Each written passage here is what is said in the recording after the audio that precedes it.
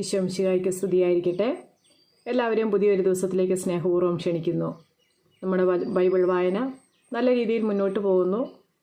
കാണുന്നവരെല്ലാവരും subscribe ചെയ്ത് കാണുമല്ലോ, കൂടുതൽ ആളുകളിലേക്ക് എത്തിച്ചേരുവാനായിട്ട്.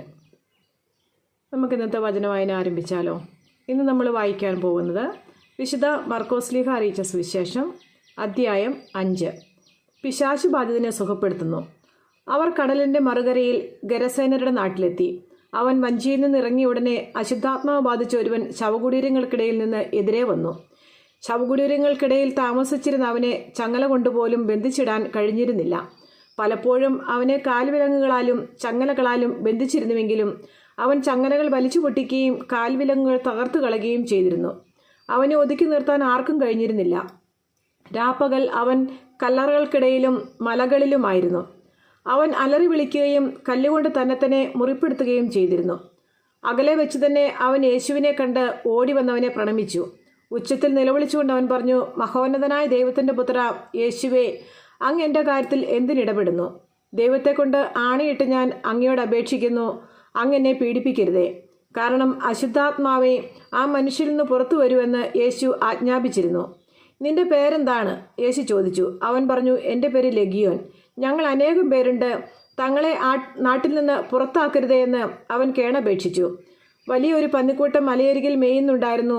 ഞങ്ങളെ ആ പന്നിക്കൂട്ടത്തിലേക്ക് അയക്കുക, ഞങ്ങൾ അവയിൽ പ്രവേശിച്ചു കൊള്ളട്ടെ എന്ന് അവർ അപേക്ഷിച്ചു. അവൻ അനുവാദം നൽകി. അശുദ്ധാത്മാക്കൾ പുറത്തു വന്ന് പന്നിക്കൂട്ടത്തിൽ പ്രവേശിച്ചു. ഏകദേശം 2000 പന്നികളുണ്ടായിരുന്നു. അവ കിഴക്കാൻ തൂക്കായ തീരത്തിലൂടെ പാഞ്ഞു ചെന്ന് കടലിൽ മുങ്ങിച്ചെത്തു.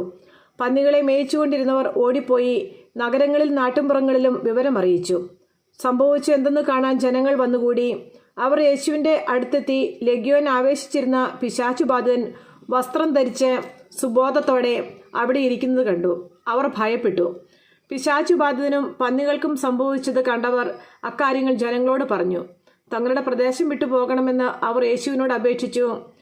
അവർ വഞ്ചിയിൽ കയറാൻ തുടങ്ങിയപ്പോൾ പിശാചു ബാധിച്ചിരുന്ന മനുഷ്യൻ അവനോടുകൂടെ പോകുന്നതിന് അനുവാദം ചോദിച്ചു. എന്നാൽ യേശു അനുവദിച്ചില്ല. അവൻ പറഞ്ഞു, നീ വീട്ടിൽ സ്വന്തക്കാരുടെ അടുത്തേക്ക് പോവുക.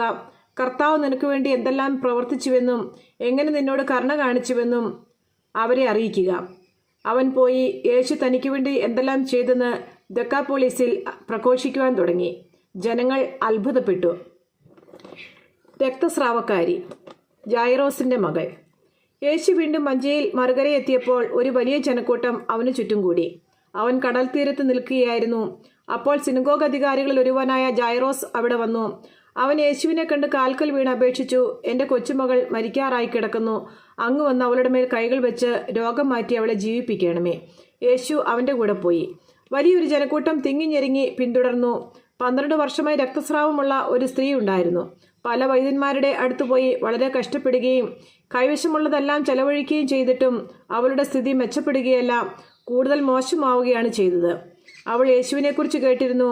ജനക്കൂട്ടത്തിനിടയിലൂടെ അവൾ അവൻ്റെ പിന്നിൽ വന്ന് വസ്ത്രത്തിൽ സ്പർശിച്ചു. അവൻ്റെ വസ്ത്രത്തിൽ നിന്ന് തൊട്ടാൽ മാത്രം മതി, ഞാൻ സുഖം പ്രാപിക്കുമെന്ന് അവൾ വിചാരിച്ചിരുന്നു. തൽക്ഷണം അവളുടെ രക്തസ്രാവം നിലച്ചു. താൻ രോഗവിമുക്തിയായിരിക്കുന്നുവെന്ന് അവൾക്ക് ശരീരത്തിൽ അനുഭവപ്പെട്ടു. യേശുവാകട്ടെ തന്നിൽ നിന്ന് ശക്തി പുറപ്പെട്ടെന്നറിഞ്ഞ് പെട്ടെന്ന് ജനക്കൂട്ടത്തിന് നേരെ തിരിഞ്ഞു ചോദിച്ചു, ആരാണ് എൻ്റെ വസ്ത്രത്തിൽ സ്പർശിച്ചത്? ശിഷ്യന്മാർ അവനോട് പറഞ്ഞു, ജനം മുഴുവൻ നിനക്ക് ചുറ്റും തിക്കിക്കൂടുന്നത് കാണുന്നില്ലേ? എന്നിട്ടും ആരാണ് എന്നെ സ്പർശിച്ചത് എന്ന് നീ ചോദിക്കുന്നുവോ? ആരാണത് ചെയ്തതെന്നറിയാൻ അവൻ ചുറ്റും നോക്കി. ആ സ്ത്രീ തനിക്ക് സംഭവിച്ചതറിഞ്ഞ് ഭയന്ന് വിറച്ച് അവൻ്റെ കാൽക്കൽ വീണ് സത്യം തുറന്നു പറഞ്ഞു. അവൻ അവളോട് പറഞ്ഞു, മകളെ, നിന്റെ വിശ്വാസം നിന്നെ രക്ഷിച്ചിരിക്കുന്നു. സമാധാനത്തോടെ പോവുക, വ്യാധിയിൽ നിന്നും വിമുക്തിയായിരിക്കുക. യേശു സംസാരിച്ചു കൊണ്ടിരിക്കെ സിനഗോഗധികാരിയുടെ വീട്ടിൽ നിന്ന് ചിലർ വന്നു പറഞ്ഞു, നിന്റെ മകൾ മരിച്ചു, ഗുരുവിനെ ഇനിയും എന്തിനു ബുദ്ധിമുട്ടിക്കുന്നു? അത് കേട്ട് യേശു സിനഗോഗധികാരിയോട് പറഞ്ഞു, ഭയപ്പെടേണ്ട, വിശ്വസിക്കുക മാത്രം ചെയ്യുക. പത്രോസും യാക്കോബും യാക്കോബിൻ്റെ സഹോദരൻ യോഹന്നാനും ഒഴികെ മറ്റാരും തന്നോടുകൂടെ പോരാൻ അവൻ അനുവദിച്ചില്ല. അവർ സിനഗോഗ് അധികാരിയുടെ വീട്ടിലെത്തി. അവിടെ ആളുകൾ വലിയ ബഹളം വയ്ക്കുന്നതും ഉച്ചത്തിൽ കരയുന്നതും അലമുറയിടുന്നതും അവൻ കണ്ടു. അകത്തു പ്രവേശിച്ച് അവൻ അവരോട് പറഞ്ഞു, എന്തിനാണ് നിങ്ങൾ ബഹളം വയ്ക്കുകയും വിലപിക്കുകയും ചെയ്യുന്നത്? കുട്ടി മരിച്ചിട്ടില്ല, ഉറങ്ങുകയാണ്. അവർ അവനെ പരിഹസിച്ചു. അവനാകട്ടെ അവരെ എല്ലാവരെയും പുറത്താക്കി. അനന്തരം പെൺകുട്ടിയുടെ മാതാപിതാക്കന്മാരെയും തൻ്റെ കൂടെ ഉണ്ടായിരുന്നവരെയും കൂട്ടിക്കൊണ്ട് അവളെ കിടത്തിയിരുന്നിടത്തേക്ക് അവൻ ചെന്നു. അവൻ അവളുടെ കൈക്ക് പിടിച്ചുകൊണ്ട് ബാലികയെ എഴുന്നേൽക്കൂ എന്നർത്ഥമുള്ള തലീത്താക്കും എന്ന് പറഞ്ഞു. തൽക്ഷണം ബാലിക എഴുന്നേറ്റ് നടന്നു. അവൾക്ക് 12 വയസ്സ് പ്രായമുണ്ടായിരുന്നു. അവർ അത്യന്തം വിസ്മയിച്ചു. ആരും ഈ വിവരം അറിയരുതെന്ന് യേശു അവർക്ക് കർശനമായ ആജ്ഞ നൽകി. അവൾക്ക് ഭക്ഷിക്കാൻ കൊടുക്കുവാൻ അവൻ നിർദ്ദേശിച്ചു. നമ്മുടെ കർത്താവായ ശമിശിഹായ്ക്ക് സ്തുതി. സങ്കീർത്തന പുസ്തകത്തിനുള്ള വായന. അധ്യായം 33. സൃഷ്ടാവും പരിപാലകനുമായ ദൈവം. നീതിമാന്മാരെ കർത്താവിൽ ആനന്ദിക്കുവിൻ. സ്തോത്രം ആലപിക്കുന്നത് നീതിമാന്മാർക്ക് യുക്തമാണല്ലോ. കിന്നരം കൊണ്ട് കർത്താവിനെ സ്തുതിക്കുവിൻ. 10 കമ്പികളെ വീണമീട്ടി അവിടത്തേക്ക് കീർത്തനം ആലപിക്കുവിൻ. കർത്താവിനൊരു പുതിയ കീർത്തനം ആലപിക്കുവിൻ. ഉച്ചത്തിൽ ആർപ്പുവിളികളോടെ വിദഗ്ധമായി തന്ത്രിമീട്ടുവിൻ. കർത്താവിൻ്റെ വചനം സത്യമാണ്. അവിടുത്തെ പ്രവൃത്തി വിശ്വസനീയമാണ്.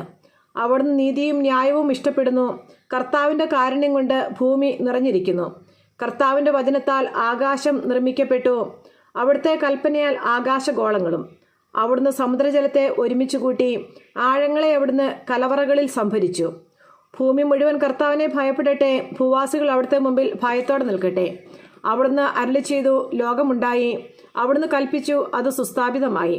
കർത്താവ് ജനതകളുടെ ആലോചനകളെ വ്യർത്ഥമാക്കുന്നു. അവരുടെ പദ്ധതികളെ അവിടുന്ന് തകർക്കുന്നു. കർത്താവിൻ്റെ പദ്ധതികൾ ശാശ്വതമാണ്. അവിടുത്തെ ചിന്തകൾ തലമുറകളോളം നിലനിൽക്കുന്നു. കർത്താവ് ദൈവമായുള്ള ജനവും അവിടുന്ന് തനിക്ക് വേണ്ടി തിരഞ്ഞെടുത്ത ജനതയും ഭാഗ്യമുള്ളവരാണ്. കർത്താവ് സ്വർഗത്തിൽ നിന്ന് താഴേക്ക് നോക്കുന്നു. അവിടുന്ന് എല്ലാ മനുഷ്യരെയും കാണുന്നു. തൻ്റെ സിംഹാസനത്തിൽ നിന്ന് അവിടുന്ന് ഭൂവാസികളെ വീക്ഷിക്കുന്നു. അവരുടെ ഹൃദയങ്ങളെ രൂപപ്പെടുത്തുന്നവൻ അവരുടെ പ്രവൃത്തികളെ നിരീക്ഷിക്കുന്നു. സൈനിക ബാഹുല്യം കൊണ്ട് മാത്രം രാജാവ് രക്ഷ നേടുന്നില്ല. കരുത്തുകൊണ്ട് മാത്രം യോദ്ധാവ് മോചിതനാകുന്നില്ല. പടക്കുതിരയെക്കൊണ്ട് ജയിക്കാമെന്ന ആശ വ്യർത്ഥമാണ്. അതിൻ്റെ വലിയ ശക്തി കൊണ്ട് അതിനെ രക്ഷിക്കാൻ കഴിയുകയില്ല. ഇതാ, തന്നെ ഭയപ്പെടുന്നവരെയും തൻ്റെ കാരുണ്യത്തിൽ പ്രത്യാശ വയ്ക്കുന്നവരെയും കർത്താവ് കടാക്ഷിക്കുന്നു. അവിടുന്ന് അവരുടെ പ്രാണനെ മരണത്തിൽ നിന്ന് രക്ഷിക്കുന്നു. ക്ഷാമത്തിൽ അവരുടെ ജീവൻ നിലനിർത്തുന്നു.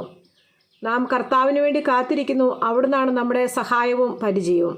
നമ്മുടെ ഹൃദയം കർത്താവിൽ സന്തോഷിക്കുന്നു. എന്തെന്നാൽ നമ്മൾ അവിടുത്തെ വിശുദ്ധ നാമത്തിൽ ആശ്രയിക്കുന്നു. കർത്താവെ, അങ്ങയുടെ കാരുണ്യം ഞങ്ങളുടെ മേൽ ചൊരിയണമേ. ഞങ്ങൾ അങ്ങയിൽ പ്രത്യാശ അർപ്പിച്ചിരിക്കുന്നു. ദൈവമായ കർത്താവിന് സ്തുതി.